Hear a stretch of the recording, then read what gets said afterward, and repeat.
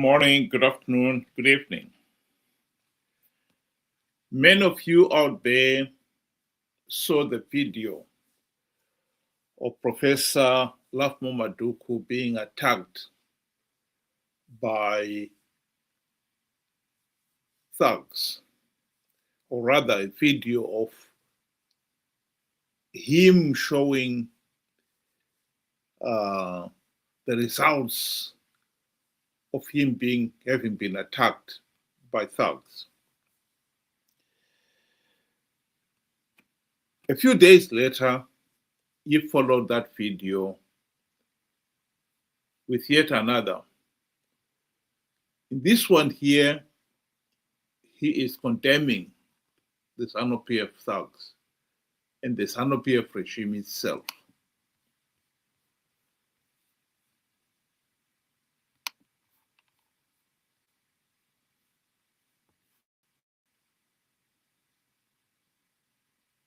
His president meeting. That's the message they are setting as far as things are concerned. They'll beat up everyone else.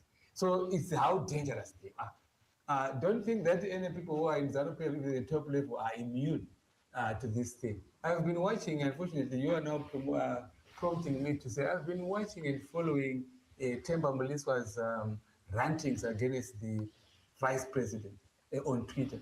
If they can allow the vice president to be dealt with that way, left, right, and center. We've been reading that.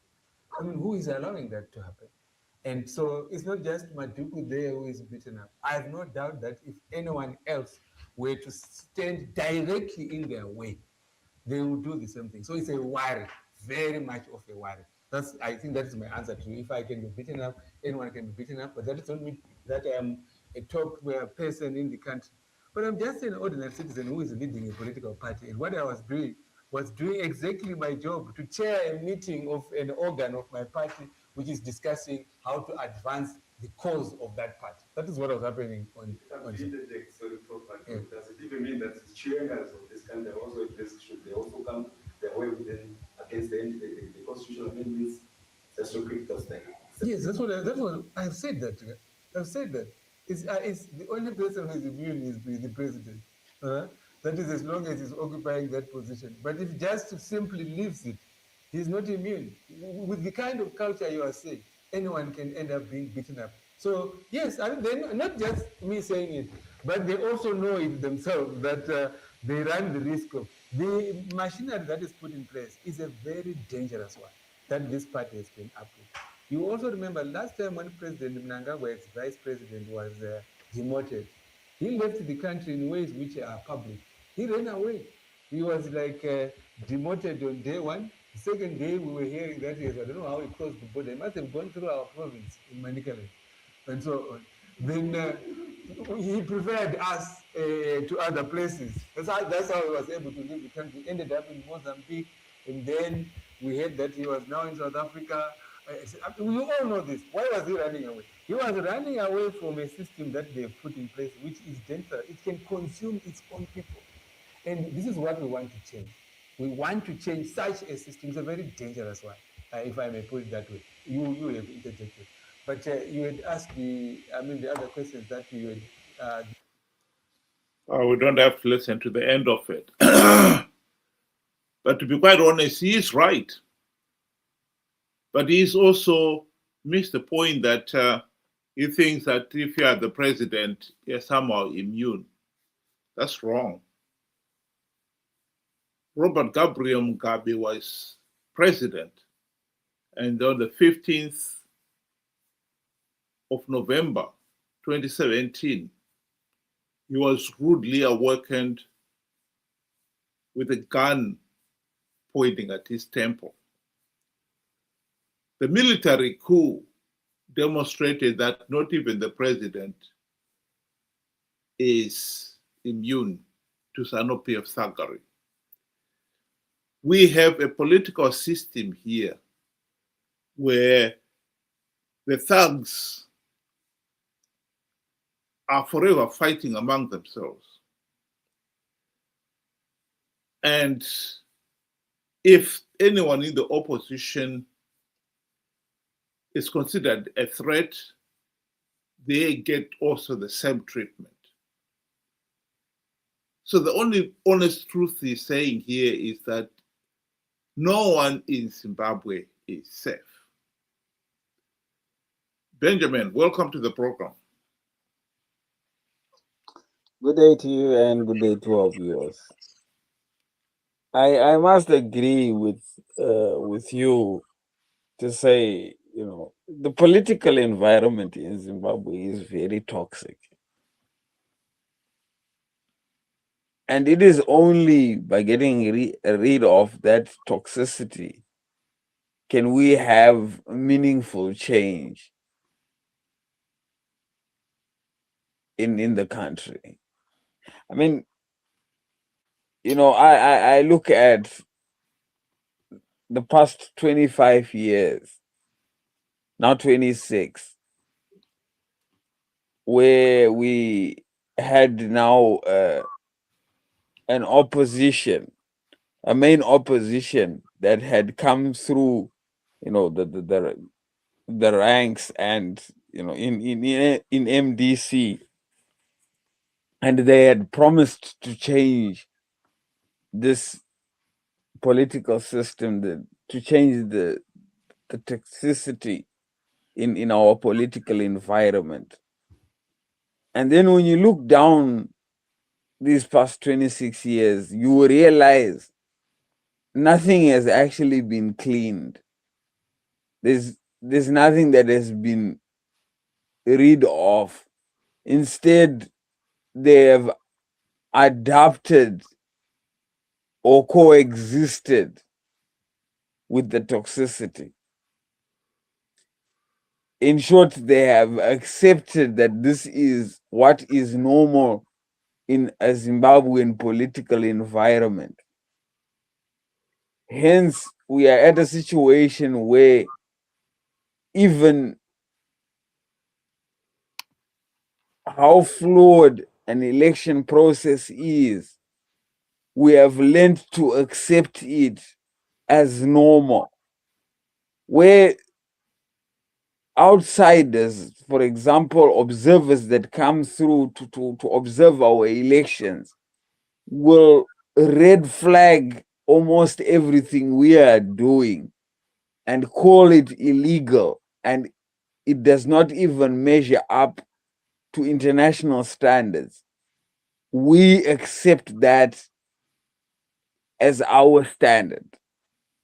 We accept that as our new normal. And that's a very, very dangerous position where we can smile about that and say it freely without being embarrassed that this is our position. It really scares and disappoints me at the same time to say, we can say ZANU-PF is doing this, and we can say the only person that is untouchable is the one that is right at the top. We all can be touched. It's not right. That is not democracy. I don't think this is what anybody fought for.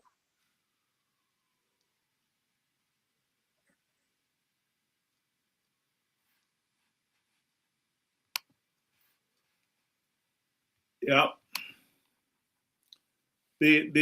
What I find annoying about people like Maduku is that they always seem to find their voice to speak about the evil system when they are not in a position of power or authority.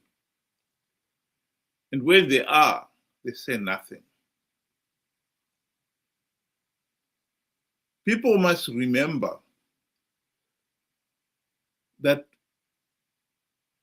people like Maduku have participated in these flawed elections, knowing fully well that the process is flawed, knowing fully well that by participating they were only giving legitimacy to the system. And they've continued to participate. Love Maduku was one of the leaders who, after the 2018 elections, were co-opted into Pollard. This is the political party, the grouping that grouped opposition political leaders who had participated in the 2018 elections and were willing to publicly endorse those election processes as free, fair, and credible. He did. And he was a member of Pollard. And he participated in 2023 elections, again knowing fully well that ZANU-PF was rigging those elections, and that participating would give ZANU-PF legitimacy.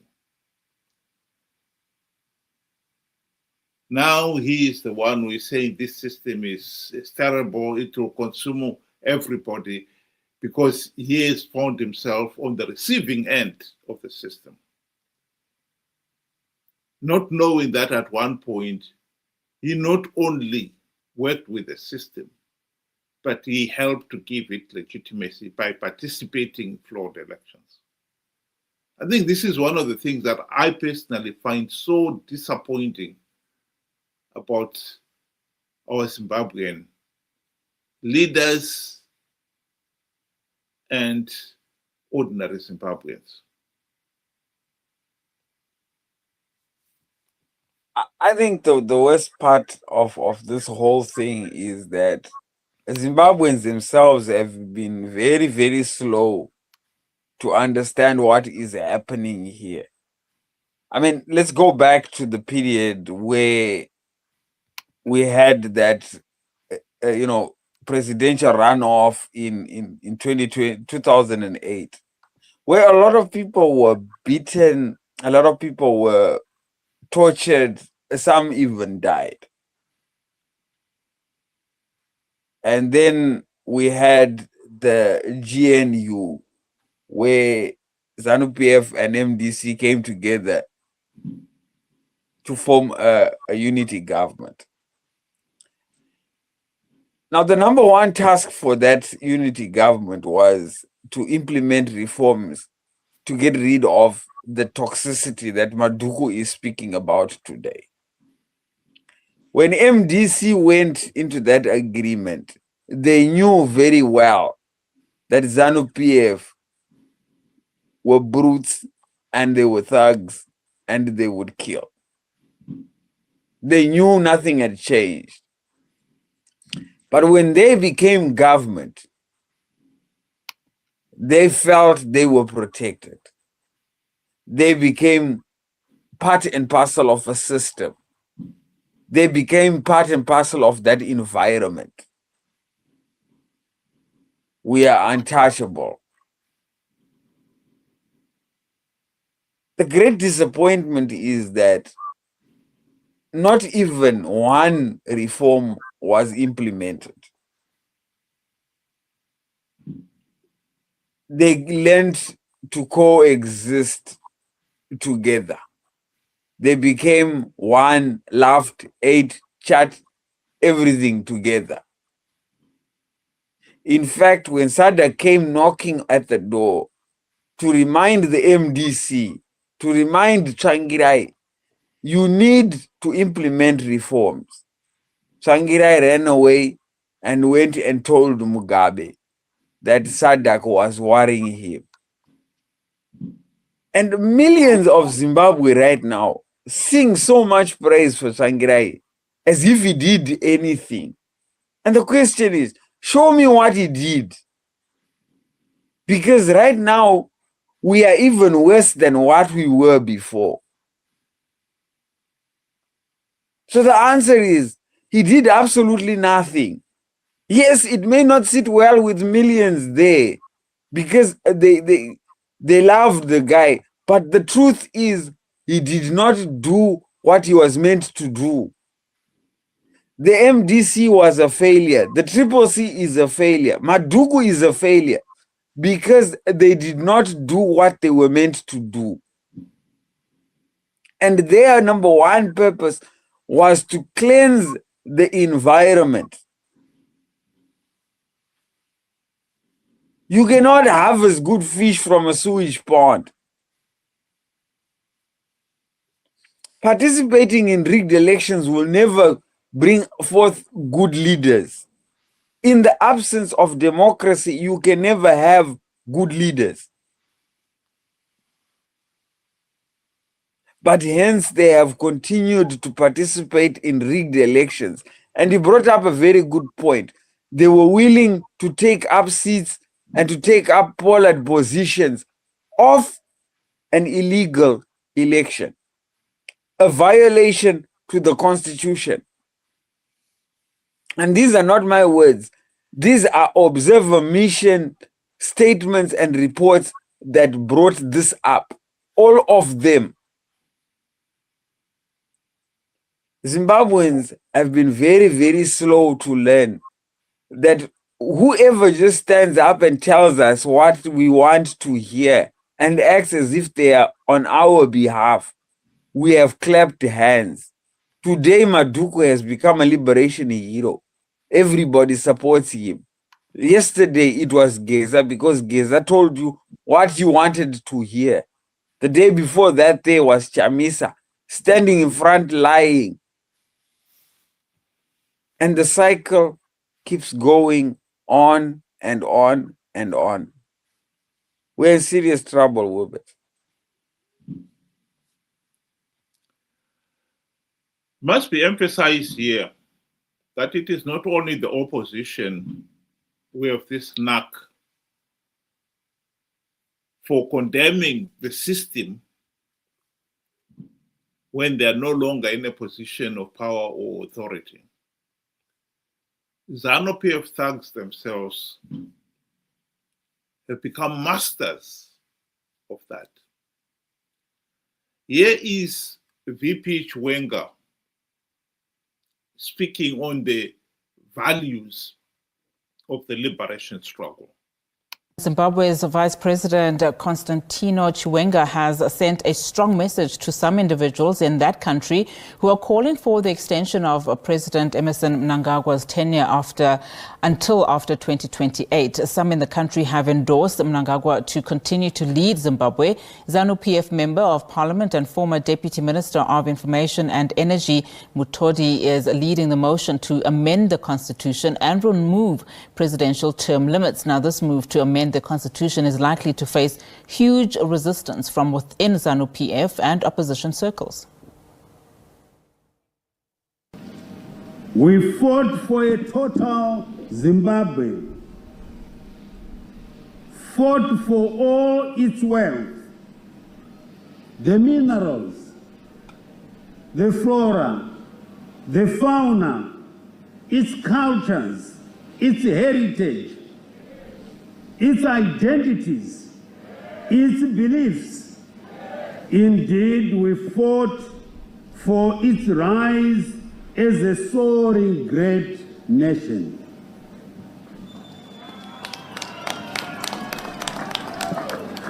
The wartime call urged us not to be greedy and selfish, not to be corrupt and egocentric, or to be narrow-minded and tribalistic. We all swore to a shared future in which everyone had a place on the table, a place in the sun for a culture of equal opportunity where every Zimbabwean served in equal measure. Zveubvanzu kudya kwemhumi takazviramba.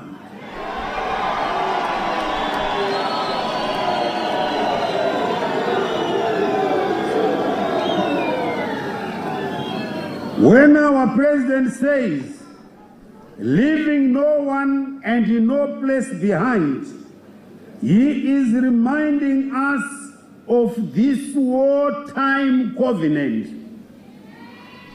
A covenant we must all live by across generations, starting and including our very own.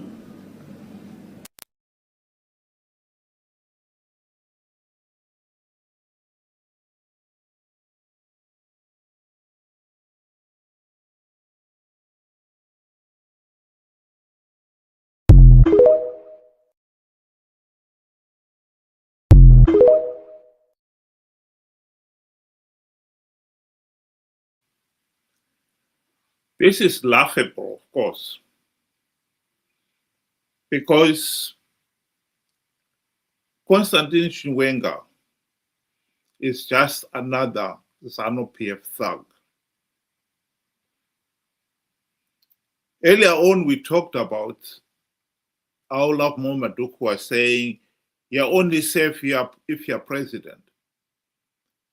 He was the man who led the 2017 military coup against then President Mugabe. He is talking of liberation war values. And yet, in 2008, it was him and Mnangagwa who spearheaded the infamous 2008 Operation Mavotera Papi, where ZANU-PF thugs were used to punish ordinary people because they dared to reject the ZANU-PF in the March 2008 vote. Where was the liberation war values then? In this video, which I would like to play last,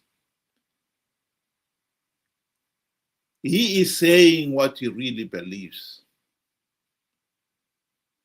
His commitment to the system, the culture of violence, the culture that has made Zimbabwe a failed state, the culture that is what has destroyed Zimbabwe. Kana zani chitonga ZANU-PF chitonga kusvikira madhonga anenge amera nyanga kana mutemo wacho futi tinochinja wakaramba achiita nharo toti ndo watinoda kusvikira amera. This is the root cause of our problem. We have the misfortune of being ruled by thugs who yesterday were our liberators and now are today's spin oppressors. This is the tragedy of Zimbabwe. And when we tried to elect opposition leaders and gave them the task of implementing changes to end this cycle, they themselves were easily corrupted and joined ZANU-PF in the looting and oppression of the people. That is the tragedy of Zimbabwe. It has been made worse by the fact that we, the people, have been very slow in reading the writing on the wall. MDC-CCC leaders have failed to implement even one token reform in 26 years, including 5 years in the GNU. Why is it that the people of Zimbabwe failed to remove them as opposition and elected leaders who would have implemented the reforms? This is why Zimbabwe is a failed state. We don't seem to understand what's going on. Our leaders are corrupt, incompetent, and utterly useless. And we, the people, fail to see it. And thus have become part of the problem ourselves.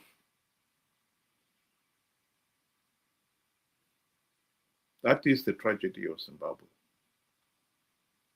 Thank you very much for joining us tonight.